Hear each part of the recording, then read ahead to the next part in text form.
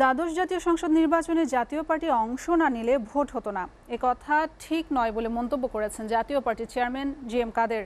দুপুরে দলের বনানী কার্যালয়ে এক মতবিনিময় সভায় এ মন্তব্য করেন তিনি। জাতীয় পার্টিকে ভেঙে আরেকটি বি টিম হাসিনা সরকার আগেই তৈরি করে রেখেছিল উল্লেখ করে নির্বাচনে অংশ না নেওয়ার সিদ্ধান্ত নিলে গায়ের জোরে যেতে বাধ্য করেছিল বলে জানান জাপা চেয়ারম্যান।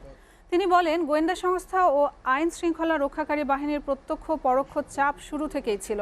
হাসিনা সরকারের কোনো অপকর্মে সমর্থন দেননি দাবি করে জাপা চেয়ারম্যান বলেন, দলের নাম ভাঙিয়ে সুযোগ নিয়েছিল কিছু নেতা।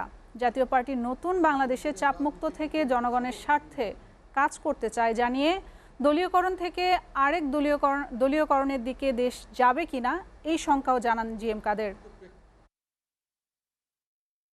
দেশের যারা নিরপেক্ষভাবে বিশ্লেষক এবং বিদেশি কূটনীতিক যারা এই সমস্ত অবস্থান নিয়ে যারা গভীরভাবে তারা গবেষণা করেন বা যারা বিবেচনা করেন, তাদের প্রায় প্রত্যেকের সঙ্গেই আমি আলাপ করেছি।